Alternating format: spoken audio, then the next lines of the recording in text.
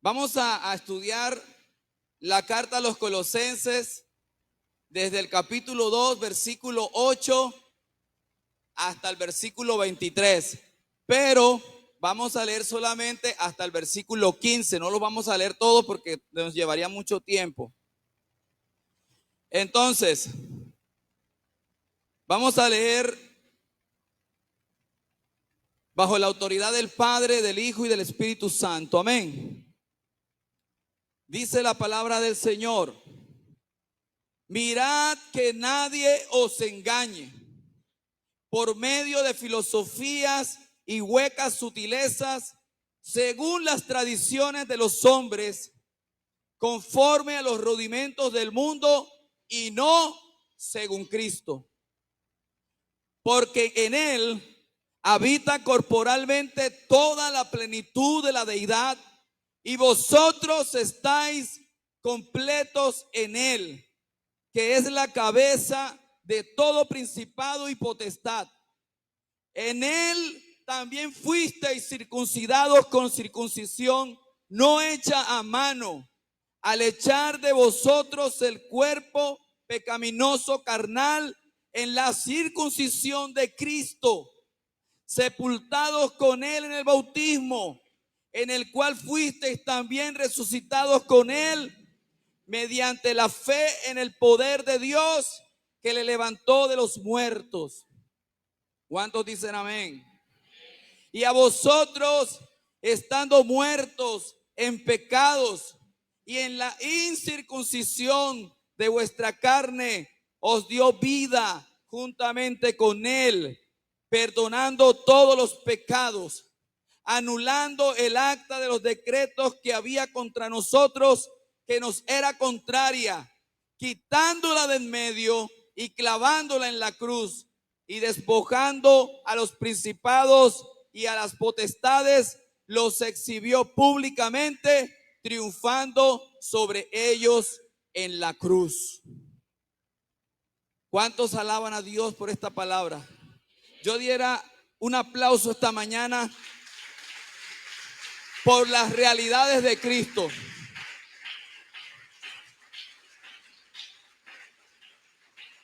Dígale al Señor que le hable esta mañana. Disponga su corazón, cierre sus ojos, dígale: Señor, háblame en esta mañana, habla mi vida, habla mi corazón. Tal vez en el caminar de la vida cristiana he tenido conceptos distorsionados de lo que es el evangelio de Cristo. Tal vez has caminado mucho tiempo con una carga. Dígale al Señor que te hable. Señor, habla mi vida. Permíteme ver la realidad de lo que significa el evangelio de Cristo. Padre, en el nombre de Jesús, yo te pido esta mañana que hables a mi corazón, que hables a mi vida. Señor, pongo esta palabra delante de tu presencia esta mañana, Señor.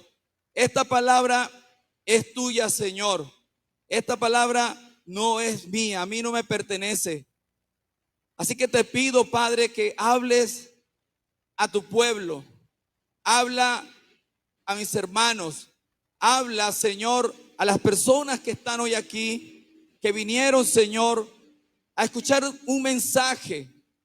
En el nombre de Jesús, que nuestros corazones estén dispuestos, que nuestra mente esté preparada, Señor, para recibir esta palabra.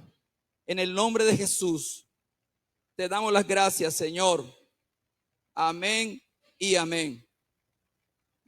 Bien, queridos hermanos, hoy me dirijo en esta mañana a dos grupos que, aunque son distintos, tienen algo en común: una idea equivocada del evangelio. Me dirijo esta mañana a los que aún no creen en Cristo. Muchos de ustedes piensan que el evangelio de Jesucristo es un peso que limitará su libertad y les impondrá reglas que son insoportables, que son difíciles de llevar. Pero también quiero dirigirme a los hermanos esta mañana, a los que ya creen. Algunos han empezado a sentir que seguir a Cristo se ha vuelto un esfuerzo pesado, una carga pesada, como si la vida cristiana dependiera solo de nuestras fuerzas. Pero en ambos casos, estos dos grupos de personas que he mencionado están totalmente equivocados, porque el evangelio no es una carga que el hombre debe llevar. Al contrario, el evangelio de Jesucristo es el anuncio glorioso de que Cristo ya cargó lo que nosotros jamás podríamos llevar. Amén, hermanos. Y esto es lo que Pablo a nosotros nos recuerda en Colosenses capítulo 2, versículos 12 al 15, lo que nosotros leímos. Este mensaje es suficiente hoy para que el que no cree lo reciba hoy. Y es suficiente para el creyente, para que se levante y siga avanzando sin desmayar. Porque en Cristo la carga fue quitada y la victoria ya ha sido ganada. Amén, hermanos.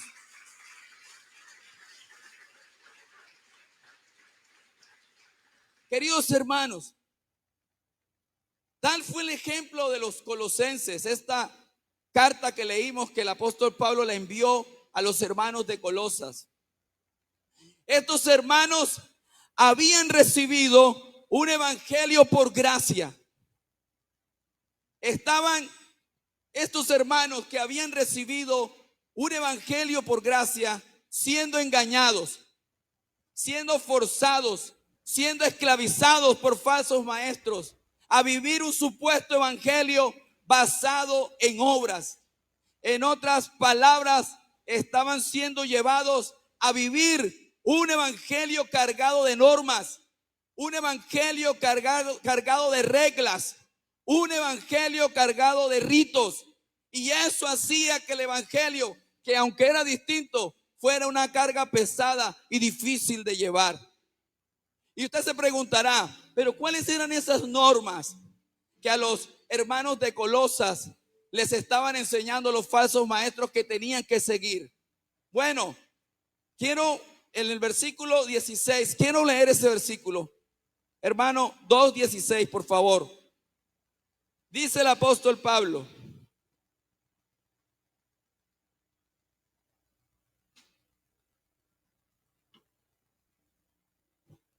le dice el apóstol Pablo a los colosenses: por tanto, nadie os juzgue en comida o en bebida o en cuanto a días de fiestas, luna nueva o días de reposo, todo lo cual es sombra de lo que ha de venir, pero el cuerpo es de Cristo. Hermanos en Cristo, a los colosenses los falsos maestros estaban tratando de imponerles leyes que pertenecían a la ley de Moisés. Eran prácticas, eran cuestiones que tenían que ver con elementos del judaísmo, que ellos guardaban, las fiestas, guardaban los sábados, tenían leyes dietéticas, no podían comer cualquier cosa. A los colosenses les estaban diciendo que tenían que seguir esa misma regla. Imponerles la ley mosaica y sus prácticas dietéticas y festivas y guardar los días como requisitos de salvación o madurez espiritual. Pero Pablo les dice a los colosenses que no tienen por qué seguir esas reglas, porque todas esas reglas que pertenecían a la ley de Moisés no eran más que una sombra. Pero la realidad es Cristo. De manera que no tenían por qué guardar, no tenían por qué permitir que cualquiera se pusiera la camiseta de árbitro o de juez para decirles qué era lo que tenían que hacer y qué era lo que tenían y qué era lo que no podían hacer. Amén, hermanos. Eso se conoce como legalismo judío.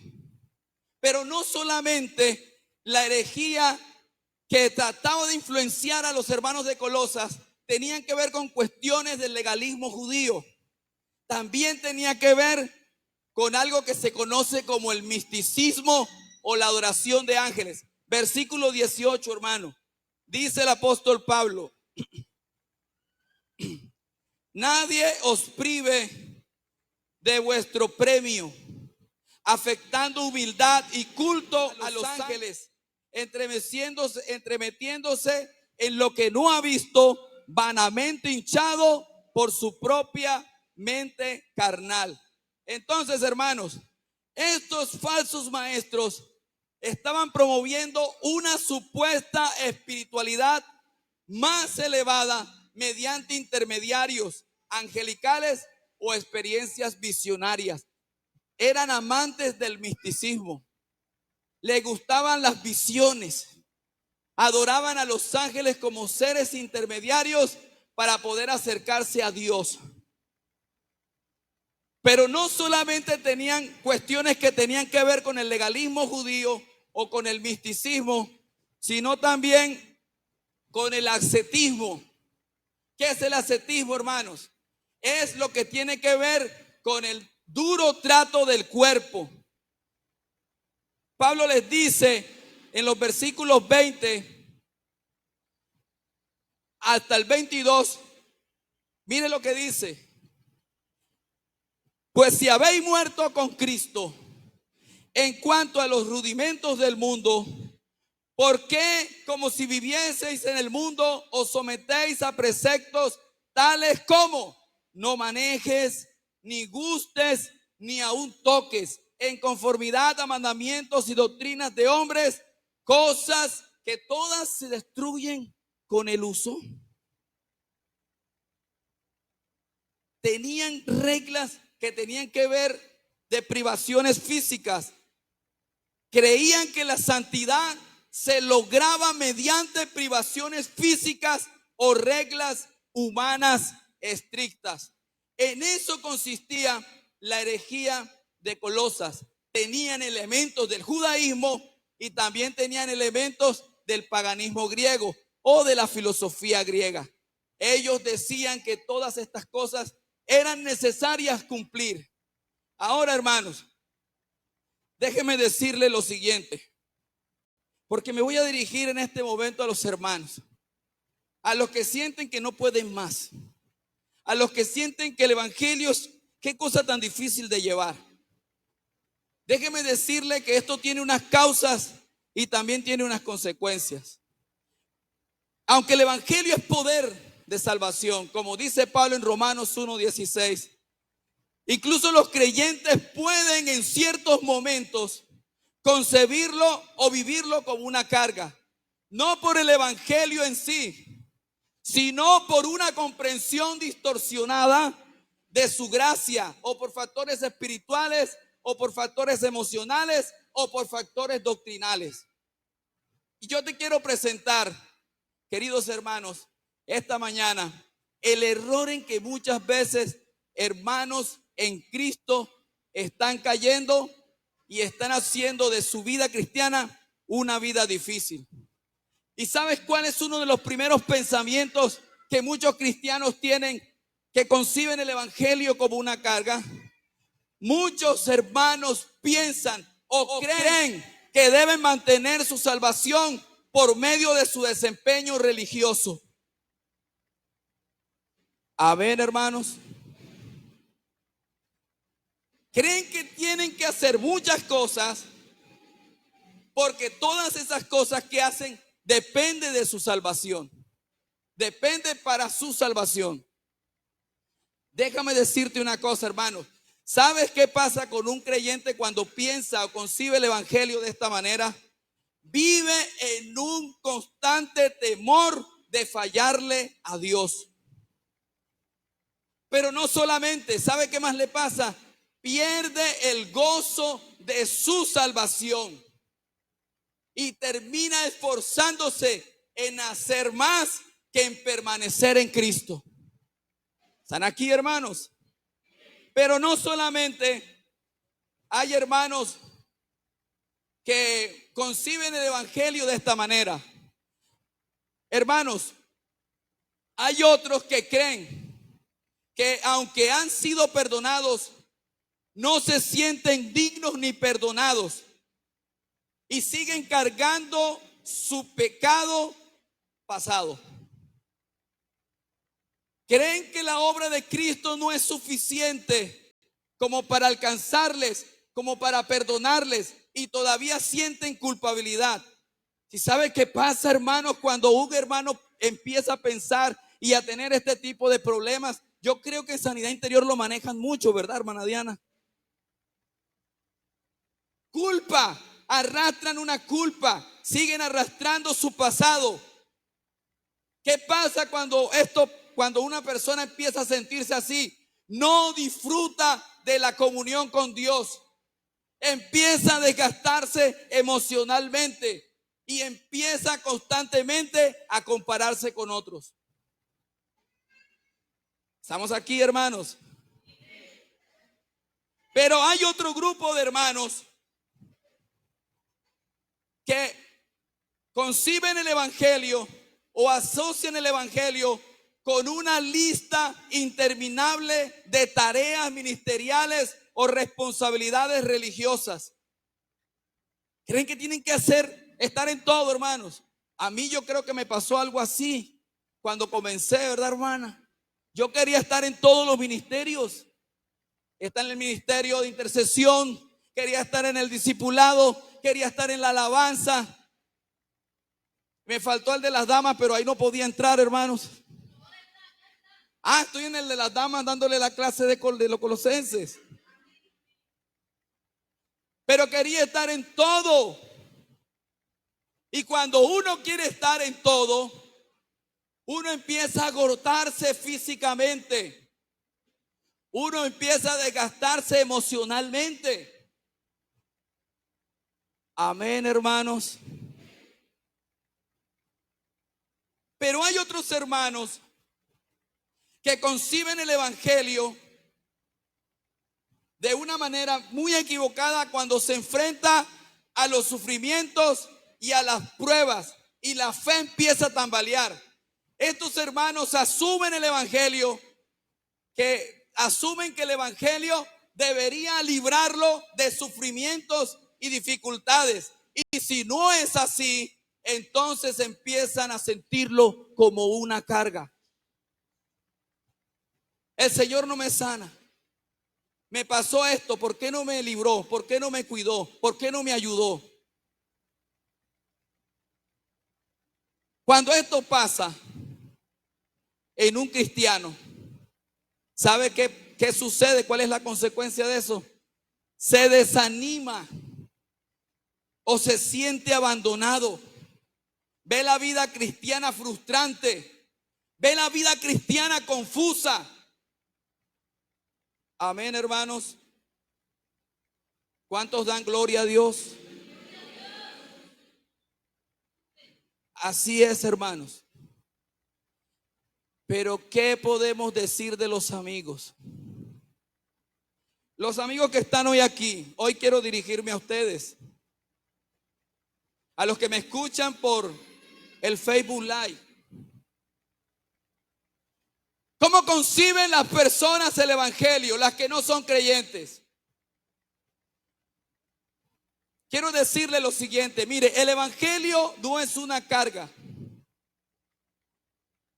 Pero muchas personas, además de ver el evangelio como una carga pesada, muchas personas no creyentes suelen ver el evangelio de formas distorsionadas o limitadas que les impiden ver su verdadera naturaleza, que les impide ver su verdadera condición. Y quiero compartirte una lista de cómo las personas conciben el evangelio, las que no son creyentes. Hay personas que ven el evangelio como un conjunto de reglas, que piensan que el evangelio es un conjunto de normas.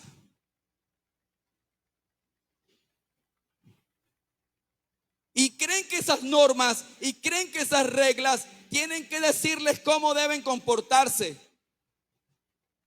Y empiezan a pensar, si yo no soy suficientemente bueno, entonces Dios no me va a aceptar.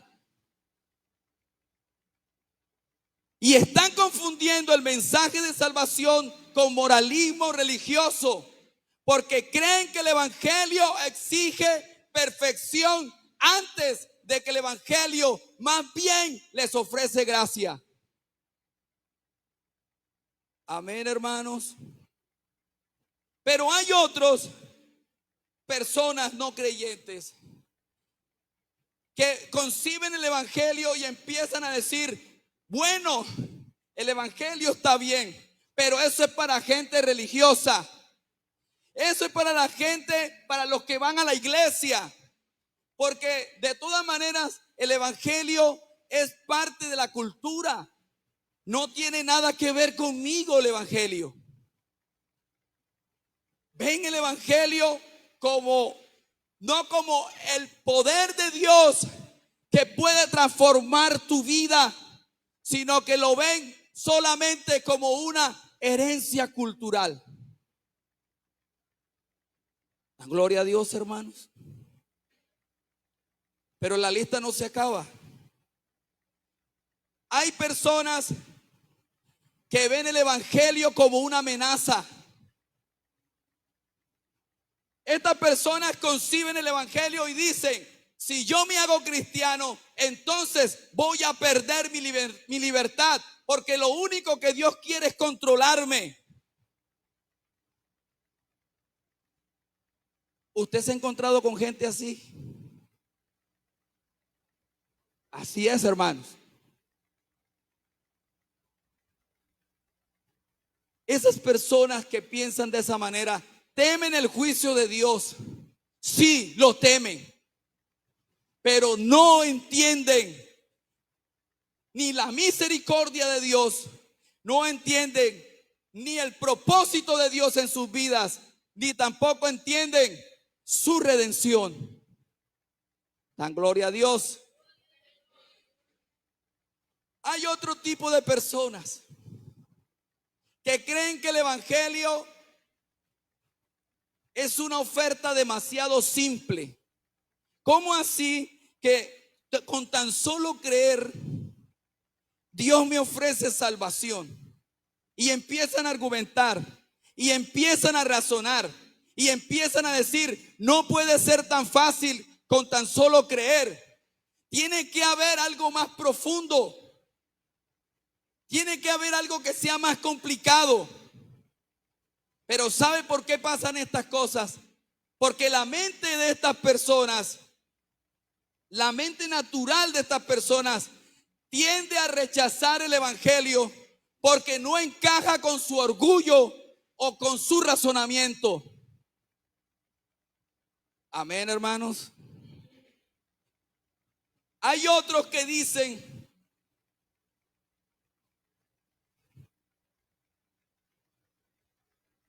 que solo el evangelio es solo para gente que necesita sentirse bien consigo misma.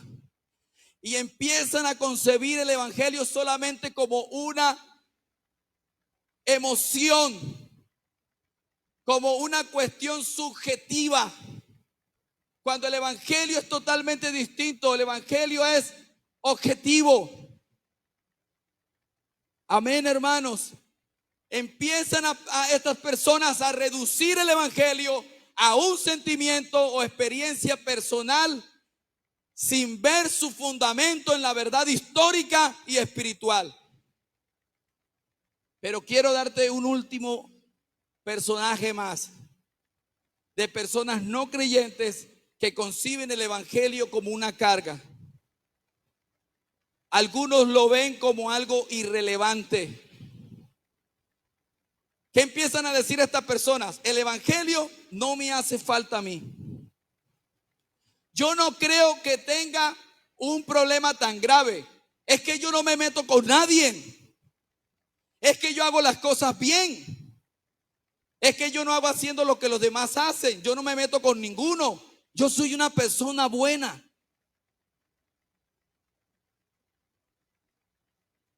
Amén, hermanos. El problema de estas personas es que no sienten necesidad de Dios porque ignoran la profundidad de su pecado y la realidad de la eternidad. La gloria, hermanos. Entonces, vamos a volver al texto, porque el texto hoy nos va a ayudar a no concebir el evangelio como una carga, sino como las realidades de Cristo. Amén, hermanos. Querían engañar a los colosenses. Querían que los colosenses adoptaran esa forma de adoctrinamiento que los apartaba de la verdad del evangelio, sometiéndolos a un cúmulo de reglas, de normas y de ritos. Por eso el apóstol Pablo exhorta a los colosenses a no dejarse engañar. Mire lo que dice Colosenses 2:8. Como Pablo le dice a todo ese cúmulo de reglas y de normas con las que querían esclavizar a los colosenses, dice el apóstol Pablo: mirad que nadie os engañe por medio de filosofías y huecas sutilezas, según las tradiciones de los hombres, conforme a los rudimentos del mundo y no según Cristo. Entonces, hermanos, Pablo empieza a definir, a decirles: eso que ustedes les están enseñando es una religión sin Cristo, y una religión donde Cristo no sea el centro es solamente una filosofía humana, una filosofía que no tiene valor, una filosofía que es hueca, una filosofía que se ampara solo en tradiciones de hombres, una filosofía que se conforma solo a los rudimentos del mundo. Entonces surge una pregunta. Tenía que haber un motivo, tenía que haber una razón. ¿Por qué los falsos maestros le enseñaban a los colosenses que tenían que hacer todas esas cosas? ¿Por qué era necesario que cumplieran con todos estos ritos? Déjame darte una explicación.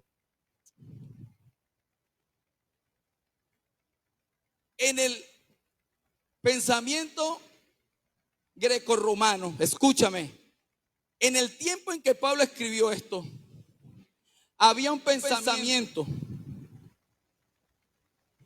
¿Cómo la gente concebía el mundo espiritual? En los tiempos del imperio grecorromano, la gente creía que los planetas, que las estrellas y que los cuerpos celestes tenían control y ejercían dominio sobre la humanidad. Por eso es que usted va a encontrar en textos históricos que los emperadores consultaban a los astros, que los emperadores romanos consultaban a los cuerpos celestes, porque ellos creían que estos cuerpos celestes tenían dominio y ejercían influencia sobre la humanidad. Estas fuerzas celestes que tenían poder y el destino sobre los humanos eran a veces vistas como espíritus elementales. Espíritus elementales que regían en las esferas celestes. ¿Y sabe cómo se llamaban? ¿Cómo se le llamaban a esos espíritus elementales? ¿Y cómo Pablo le llama en la carta a los colosenses? Rudimentos del mundo. Usted va a encontrar en otras traducciones donde dice que la filosofía se conforma a los espíritus elementales. Hermanos, por esta razón es que ellos tenían todas estas normas, porque ellos creían que al obedecer todas estas normas, todos estos ritos y todas estas reglas, entonces eso los alejaría de la influencia de los espíritus elementales o de los rudimentos del mundo. ¿Está aquí conmigo, hermanos? ¿Me está entendiendo? ¿Me entiende, hermano?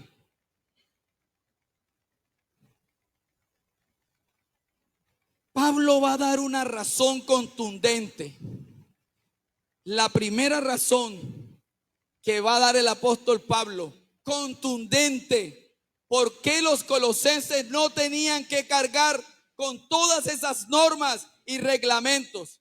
¿Y por qué usted y yo, hermanos en Cristo y amigos que están aquí, no debemos hacer del evangelio un cúmulo de reglamentos difícil de llevar? ¿Sabe qué dice el apóstol Pablo en cuanto a los espíritus elementales o en cuanto a los rudimentos del mundo? Colosenses 2:9. Mire lo que dice el apóstol Pablo. Dice el apóstol Pablo.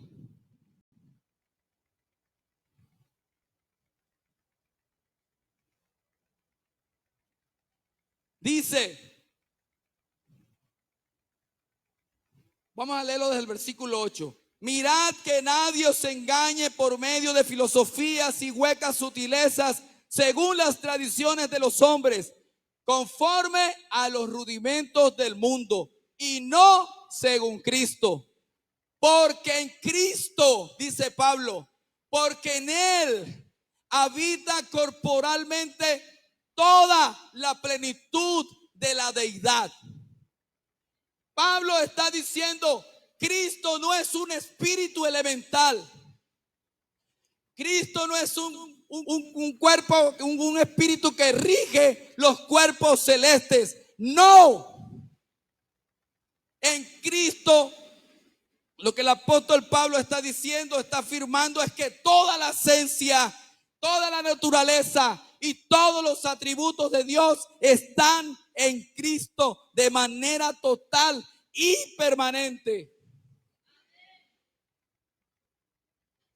Y no solo eso, además en forma corporal. Amén, hermanos. Pero mira, no solamente dice eso el apóstol Pablo. Mire lo que dice, lo que sigue diciendo el versículo 10. Dice el apóstol Pablo, versículo 9, porque en él habita corporalmente toda la plenitud de la deidad, y vosotros estáis completos en él, que es la cabeza de todo principado y potestad.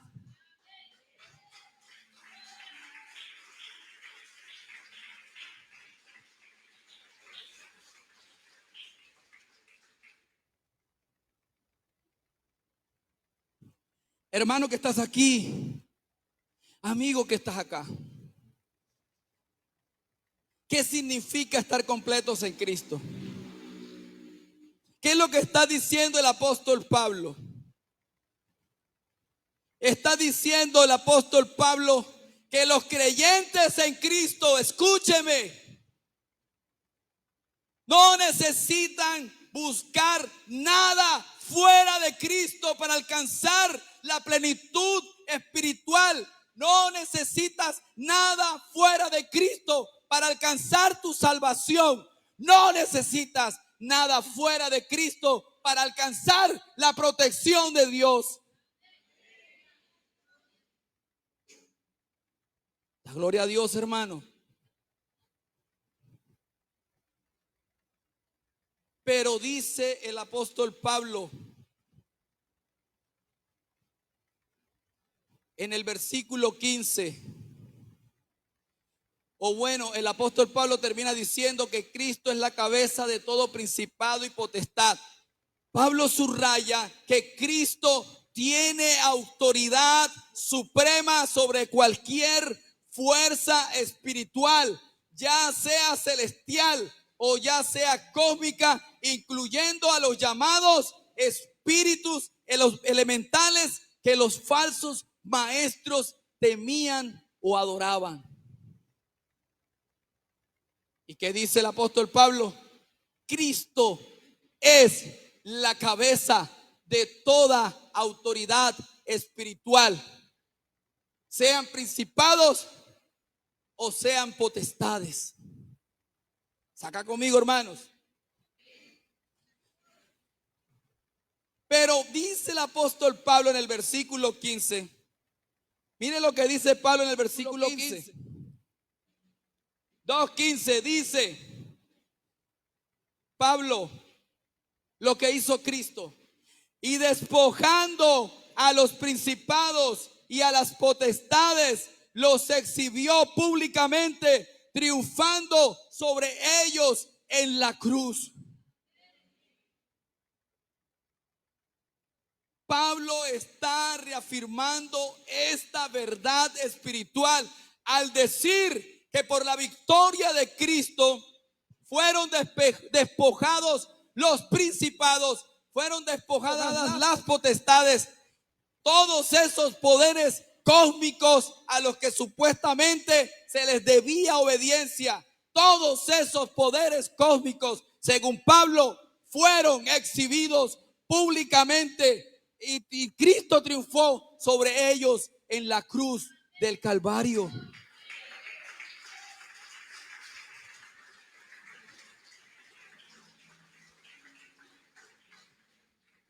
Hermanos,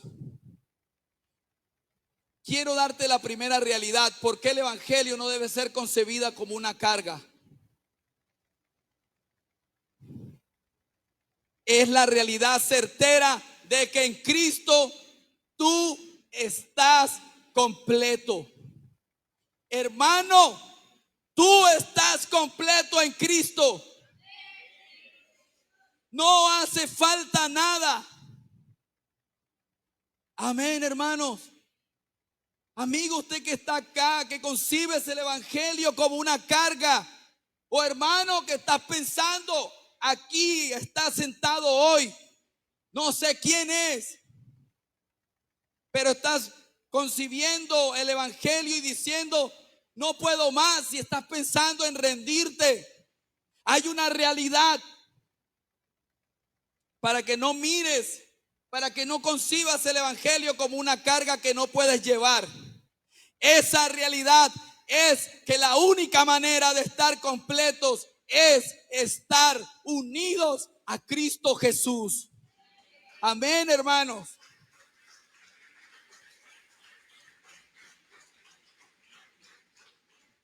Esa es la única realidad de que solo en Cristo no te falta nada para estar en comunión con Dios ni para vivir la vida cristiana. Amén, hermanos. Esa es la única realidad de que en Cristo no estás incompleto. Tú no eres un proyecto a medias. Tú ya tienes todo lo necesario para tu salvación y crecimiento espiritual. Amén, hermanos. Por eso Pablo confronta a los colosenses en el versículo 20. Vamos a leerlo, hermano. 2:20. Dice el apóstol Pablo. Miren cómo le dice a los colosenses.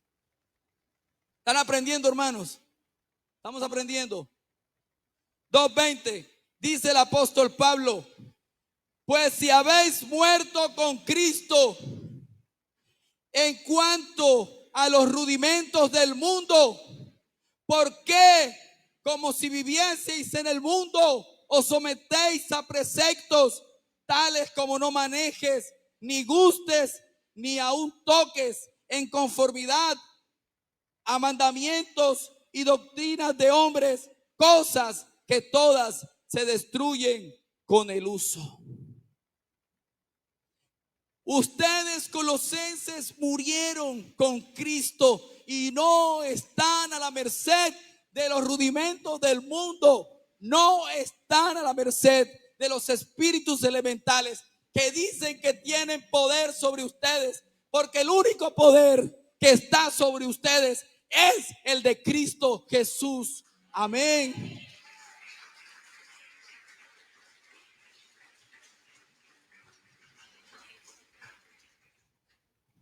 Pero hay una segunda razón por la que el apóstol Pablo, la primera razón es porque no están a la merced de los rudimentos del mundo. Segunda razón por la cual Pablo les dice a los colosenses que no deben hacer todas esas normas y reglas. Hermano, mire, vea, el mundo está atestado de iglesias que ponen cargas sobre la gente. Hay iglesias que dicen que si usted no guarda un día,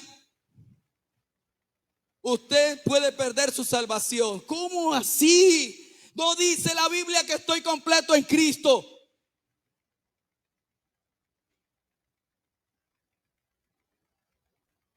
Hay iglesias que dicen que si usted no hace todas las cosas que dicen que tienen que hacer, como guardar sacramentos, como guardar el bautismo, como hacer el bautismo, como hacer la comunión, como hacer todas estas cosas, entonces usted no está completo en Cristo.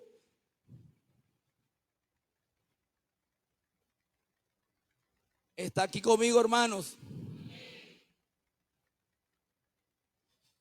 Segunda razón por la cual los colosenses no debían guardar todas estas normas. Y espero que esto le sirva a usted, hermano. Colosenses 2:23.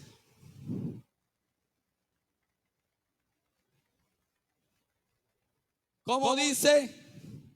Tales cosas, todas esas normas, no manejes, no gustes, no toques, prívate de esto, prívate de aquello, no hagas esto, no hagas aquello. Todas esas cosas, dice el apóstol Pablo, todas tienen a la verdad cierta reputación de sabiduría en culto voluntario, en humildad y en duro trato del cuerpo, ascetismo. Pero, hermano, todas esas normas, todas esas reglas, todos esos ritos no tienen valor alguno contra los apetitos de la carne. Amén, hermanos. El cumplimiento de normas y reglas, aunque parecen tener una gran devoción, tienen un problema. No cura, no trata el problema de la humanidad, el problema de la naturaleza pecaminosa carnal. No trata los apetitos de la carne, el impulso de los deseos pecaminosos que separan a la humanidad de Dios y los mantiene en una constante rebelión contra Dios. Pablo les está diciendo a los colosenses, hermanos, no miren para afuera, no mires extrospectivamente todas esas reglas externas, mira dentro de ti. Es dentro de ti que está el problema. El problema son los deseos de la carne. El problema son los apetitos de la carne. ¿Qué dijo Jesús?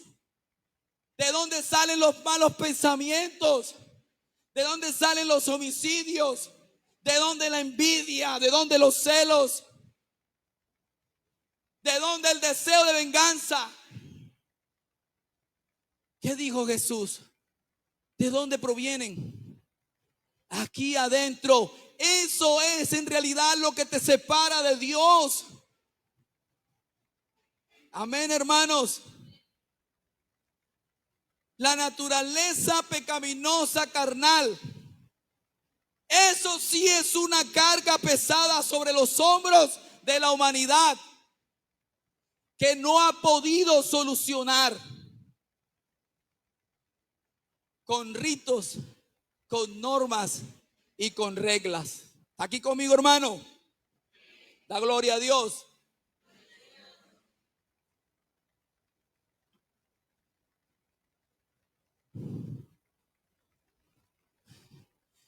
La naturaleza pecaminosa en el hombre No se soluciona porque yo tenga un buen comportamiento. Ay, qué persona tan buena. Qué persona tan amable. Qué persona tan distinguida, tan pulcra. Qué persona tan noble. Ay, es que yo no me meto con nadie. Ay, es que yo no hago esto y yo no parto un plato de la vajilla. Mentiras, hermanos. Todos hemos sido pecadores. Todos hemos lidiado con el pecado, con el deseo carnal, con los apetitos de la carne. Por eso Pablo decía, yo concibo que hay algo dentro de mí, una ley, que me lleva a hacer lo que yo no quiero hacer. Y eso no se puede curar con esfuerzos humanos. Amén, hermanos. Pero el apóstol Pablo sí va a decir cuál es la solución del problema de los apetitos de la carne y del pecado que mora, habita y agobia a las personas en el mundo. Versículo, a ver si no me adelanto acá. Versículo 11, 2:11, Pablo dice que ese problema con el que la humanidad ha estado esclavizada, eso que sí es una carga, tiene solución. Y miren lo que dice el apóstol Pablo, Colosenses 2:11, dice, en él, en Cristo, dice, ustedes fueron circuncidados con circuncisión no hecha a mano, al echar de vosotros el cuerpo pecaminoso carnal en la circuncisión de Cristo.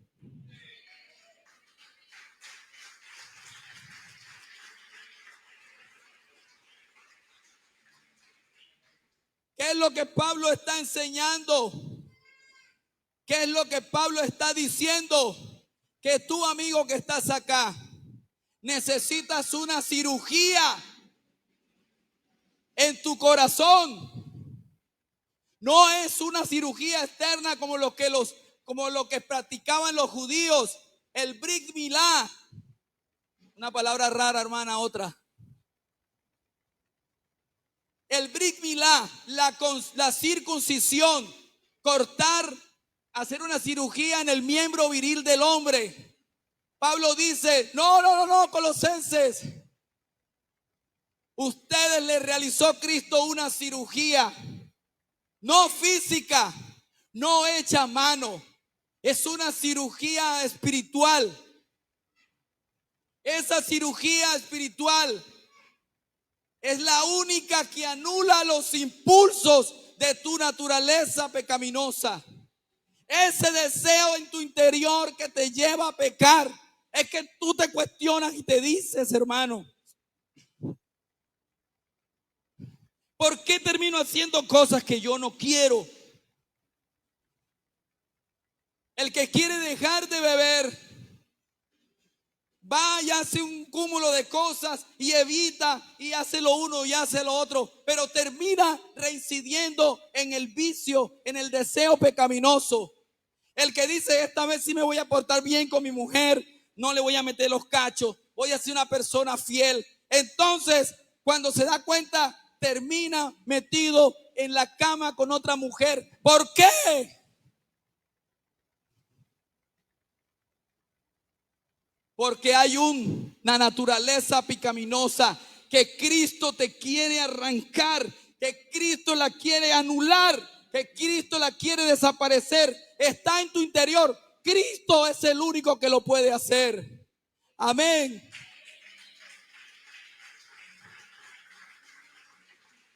Hermanos, en Cristo, Jesús no vino a imponer un cúmulo de reglas. Al contrario, hermanos, el evangelio de Jesucristo no es un tratado de normas, de reglas y de ritos. Él no vino a imponer una carga. Él vino a quitar las cargas del peso del pecado que te asedia. Dan gloria a Dios.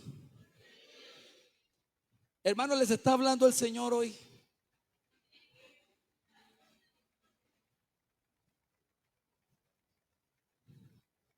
Amigo,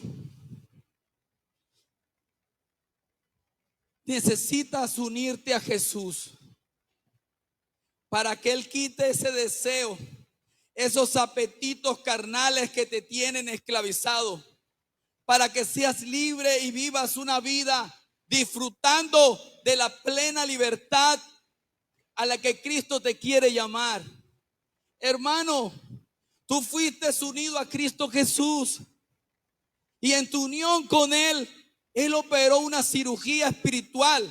Entonces te pregunto, ¿por qué piensas en devolverte? ¿Por qué piensas en no continuar? ¿Por qué piensas en no seguir?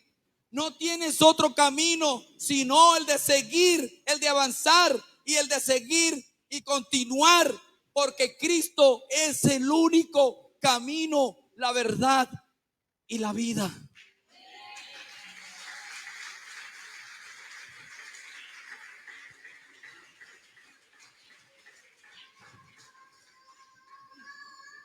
Yo siempre he dicho, hermanos, que el tiempo es el peor enemigo, ¿verdad? Tercera realidad en Cristo. Cristo hizo de ti una nueva criatura. Alguien podría preguntar, bueno, ¿en qué momentos de la vida es que el ser humano necesita esa cirugía en el interior de la persona? ¿En qué momento es que Cristo opera esa cirugía, esa circuncisión espiritual? ¿Cuál es el momento en que eso sucede? Pablo lo va a responder.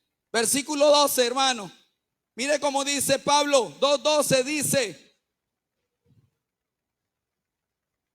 sepultados con Él en el bautismo, en el cual fuisteis también resucitados con Él mediante la fe en el poder de Dios que le levantó de los muertos.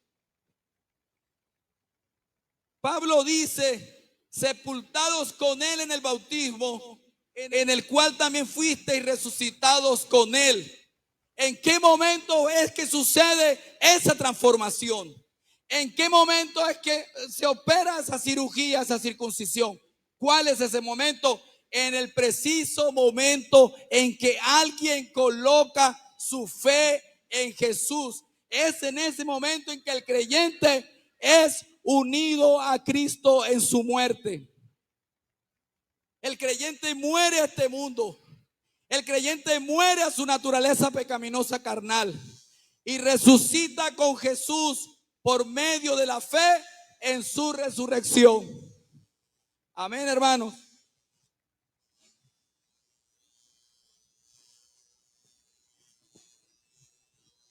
La gloria a Dios.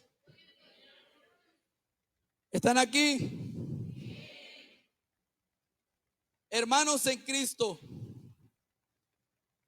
moriste con Cristo en la cruz y resucitaste para ser un hombre nuevo, transformado por su poder. Por eso es que usted se pone a mirar y dice, pero ¿qué fue lo que le pasó a mi vecino? Que antes era así o era así y hacía esto y hacía lo otro y ya como que no le importa nada.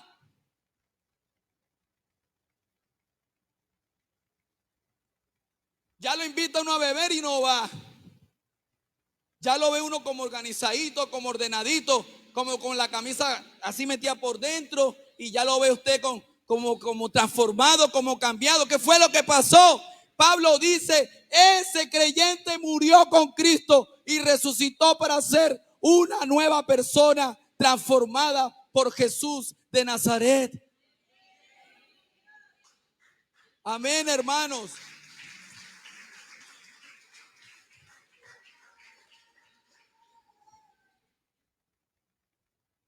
La realidad es que Cristo, escuche, ¿cuál es la realidad de Cristo? Cristo no vino para arreglar o mejorar la vida de las personas. Cristo no vino para arreglar tu vida o para mejorar tu vida.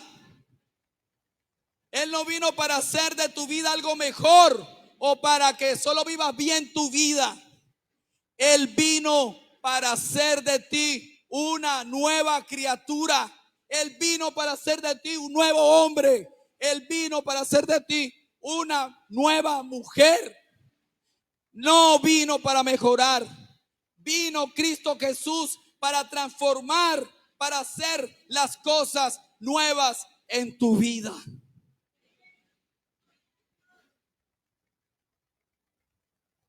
Entonces, hermano, cuando Pablo dice que hemos sido sepultados con Cristo en el bautismo y resucitados con Él por el poder de Dios, Pablo nos está recordando que el evangelio no es un peso añadido a nuestra vida, como si fueran más reglas, normas o cargas. No es que Jesús vino a mejorar un poco lo que nosotros ya éramos. Él vino a darnos una vida totalmente nueva.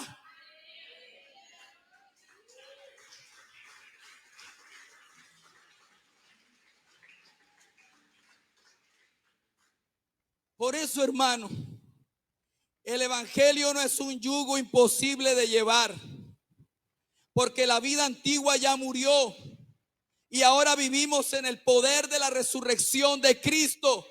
Lo que antes era imposible de hacer en nuestras fuerzas, ahora lo hacemos en el poder y en la fuerza del Espíritu de Dios en la vida nuestra. Amén.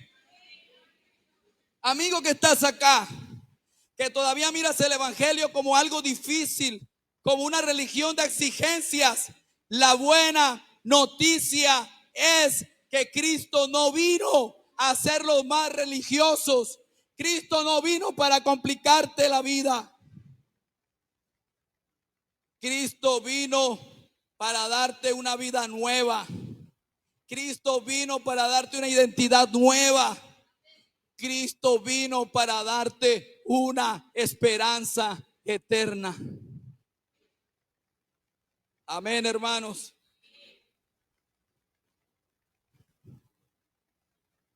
Siete minutos me quedan. Último punto.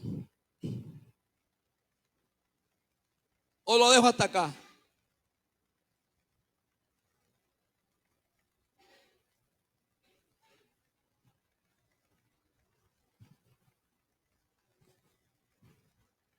Pablo no se queda solo con la idea de que hemos resucitado con Cristo. Pablo quiere que nosotros entendamos con claridad de qué fue lo que nos levantó el Señor. Por eso dice Colosenses 2:13, para poder abarcar todos los versículos que leímos. Dice el apóstol Pablo: y a vosotros, estando muertos en pecados y en la circuncisión de vuestra carne, os dio vida juntamente con Él, perdonándoos todos los pecados. Quiero pedirle al grupo de alabanza que pase, porque voy a terminar con esto. Escuche, hermano. En el verso 13, Pablo nos recuerda que estábamos muertos en nuestros delitos. Pablo dice que estábamos muertos en la incircuncisión de nuestra carne. Pablo nos está recordando, hermanos, que en cuanto al problema de la naturaleza pecaminosa y que en cuanto al problema del pecado en nuestra vida, no había nada que nosotros pudiéramos hacer para librarnos de esa condición. Hermano en Cristo, esa sí era una carga imposible de llevar. La culpa de nuestro pecado y la deuda que nosotros teníamos delante de Dios. Y es aquí donde el evangelio brilla como la mejor noticia. Dios nos dio vida juntamente con Cristo porque perdonó todos nuestros delitos. Y sabe una cosa, hermano, no solo eso. En el versículo 14 dice el apóstol Pablo que él canceló el documento de deuda. Dice que anuló el acto de los decretos que nos era contraria, que consistía en decretos contra nosotros, que nos era totalmente adversos. Hermano que estás aquí, escúchame. Amigos, el evangelio no añade cargas. Se lo vuelvo a repetir. El evangelio no añade cargas. Al contrario, quita la carga más pesada de todas, la condición eterna y la culpa que ninguno de nosotros podíamos borrar. El mundo puede ver el evangelio como una carga, pero la Biblia nos muestra que es el único mensaje que realmente nos trae libertad.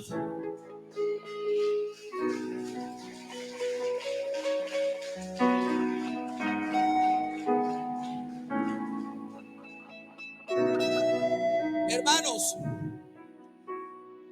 quizá algunos aquí sienten que seguir a Cristo se ha vuelto pesado, que el evangelio es como una carga difícil de llevar. Pero yo quiero que recuerdes hoy una cosa: Cristo ya quitó la carga más grande.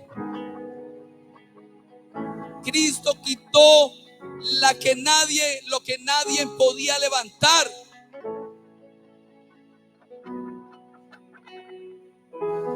Cristo quitó el peso de nuestro pecado y nuestra deuda delante de Dios. Él nos sepultó con Él y nos resucitó para una vida nueva. Lo que sienten como peso, hermanos, es en realidad el llamado a descansar en lo que Cristo ya hizo por ustedes. No vivan, hermanos, en Cristo como si siguieran bajo condena. Vivan como quienes han sido perdonados y liberados por Dios. Y a los amigos que están aquí, que nos acompañan hoy, que han oído este mensaje, el evangelio no es un montón de reglas como un peso que los va a encadenar. La verdad es que sin Cristo ya cargan una cadena mucho más pesada: la culpa del pecado y la condenación eterna. Jesús no vino para ponerles más peso, sino para liberarlos de Él. Él ya canceló.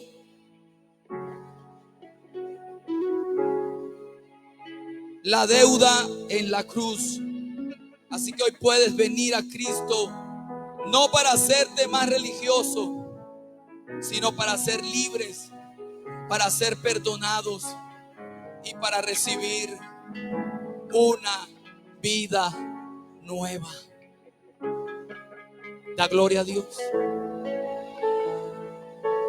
Puede dar un aplauso al Señor.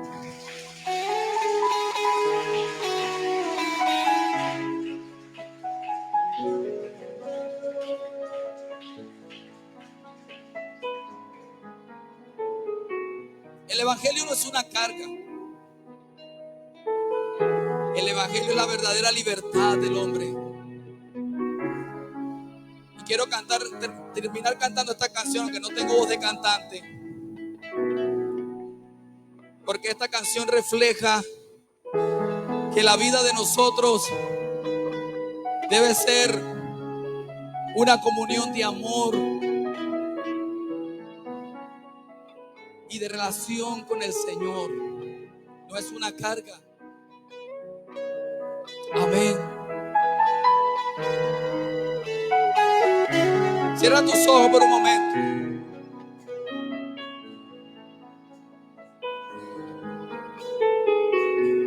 Cierre sus ojos y contempla lo que el Señor ha hecho por ti esta mañana.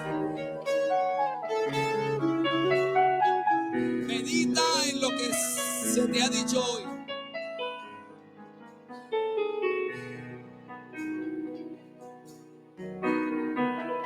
Como una medicina, como el sol, en un invierno crudo me llegó tu amor y me transformó. Mis ojos no miraban hasta conocer al Rey que dio su vida por verme nacer de nuevo otra vez. Yo quiero vivir para tu placer. Escribiré 1000 canciones para ti y declararé mi amor por ti. Con la poesía de mi corazón, con todas las fuerzas de mi alma. Escribiré 1000 canciones que hablen de ti y declararé mi amor por ti.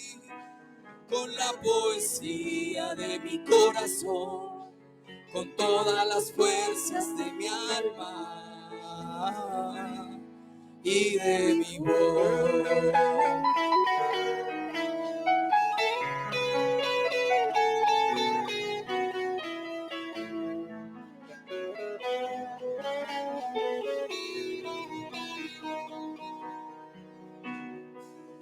Conocer de tu amor fue para mí el cuadro más hermoso que llegó a existir y no merecí.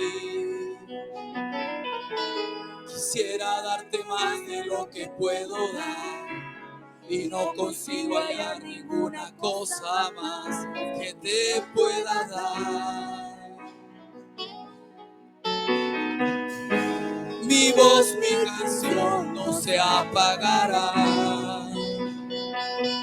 Diga conmigo. Escribiré 1000 canciones para ti y declararé mi amor por ti. Con la poesía de mi corazón, con todas las fuerzas de mi alma. Escribiré 1000 canciones para ti y declararé mi amor por ti. Con la poesía de mi corazón, con todas las fuerzas de mi alma y de mi voz.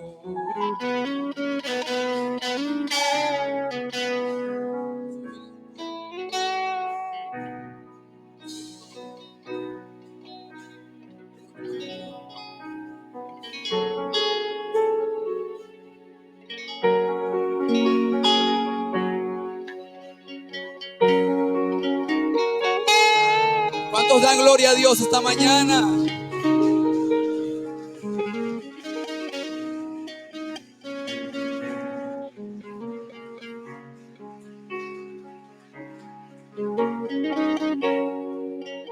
Hermanos, la vida en Cristo es el cuadro más hermoso que yo no merecí. Eso es la vida cristiana. Vamos a cantarla nuevamente.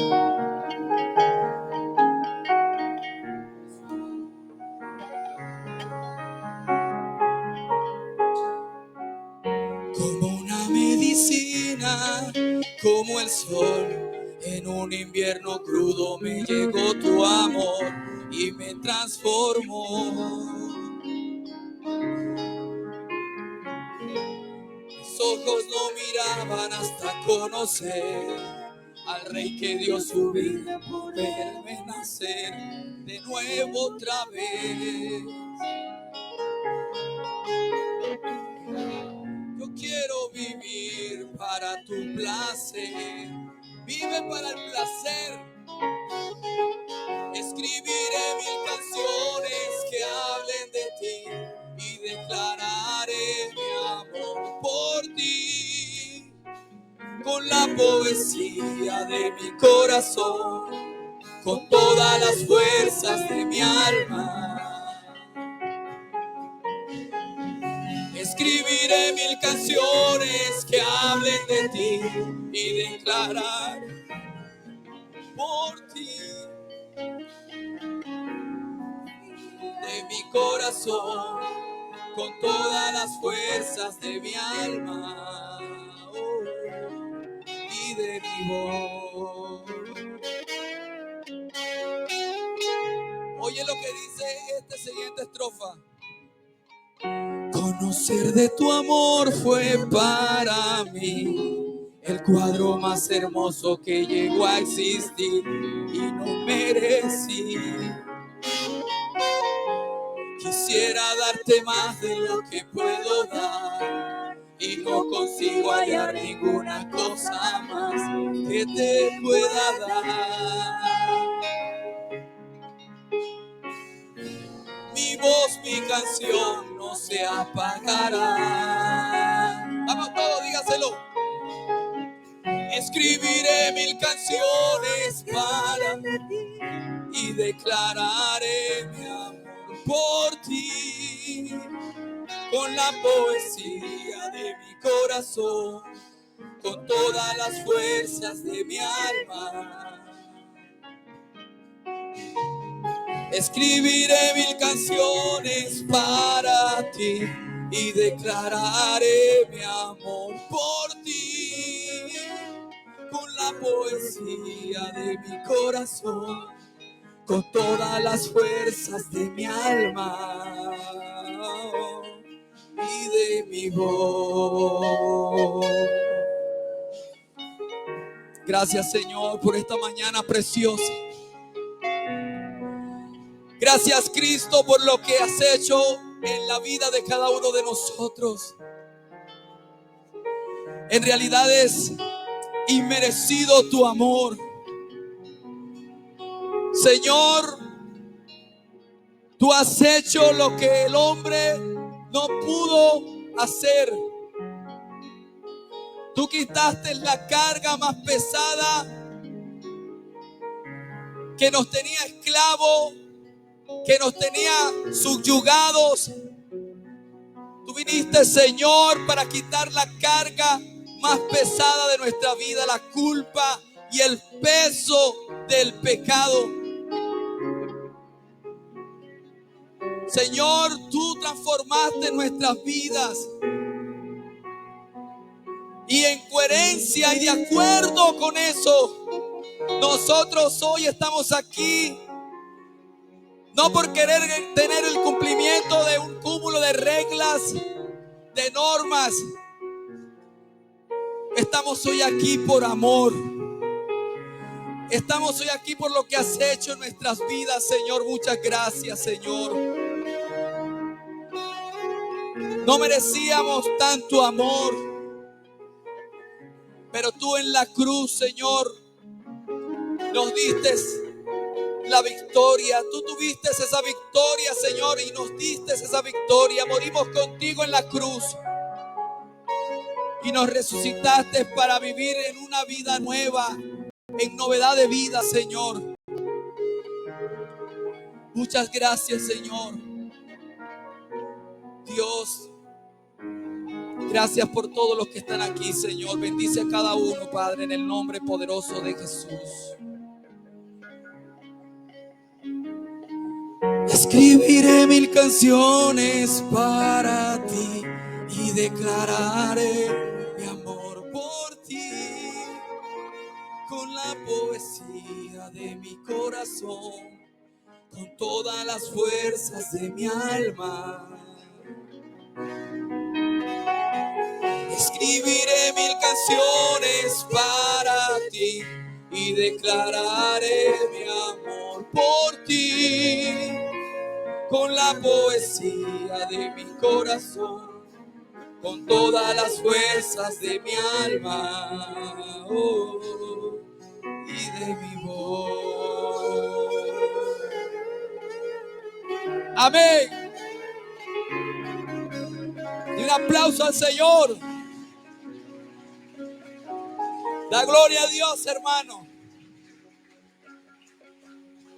Así somos despedidos esta preciosa mañana, hermano. Salude a su hermano que está a su lado. Dele un abrazo de confraternidad. Dígale cuánto lo ama. Bendiga su vida.